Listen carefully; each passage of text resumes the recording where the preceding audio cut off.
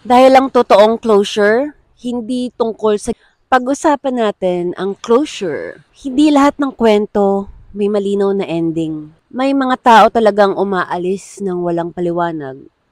At hindi ko na problema yon. Closure doesn't always come in the form of answers. Minsan, dumadating na lang siya sa point na hindi ko na kailangang tanungin kung bakit nangyari ang nangyari. I am learning that I don't need their apology to begin healing. Kasi hindi ko dapat hinahanap ang peace of mind from them. Ang peace of mind dapat binibigay ko sa sarili ko. Some chapters don't end clean. They end abruptly, confusingly, or painfully. But it still end. Masakit, malabo, walang linaw. Pero tapos na eh. Just because I was left hanging or wondering, hindi ibig sabihin nun na kailangan kong maghintay ng maghintay. I may never know the full truth, but I know what it did to me. And that is enough for me to let go. Sapat na natuto ako sa sitwasyon na yun.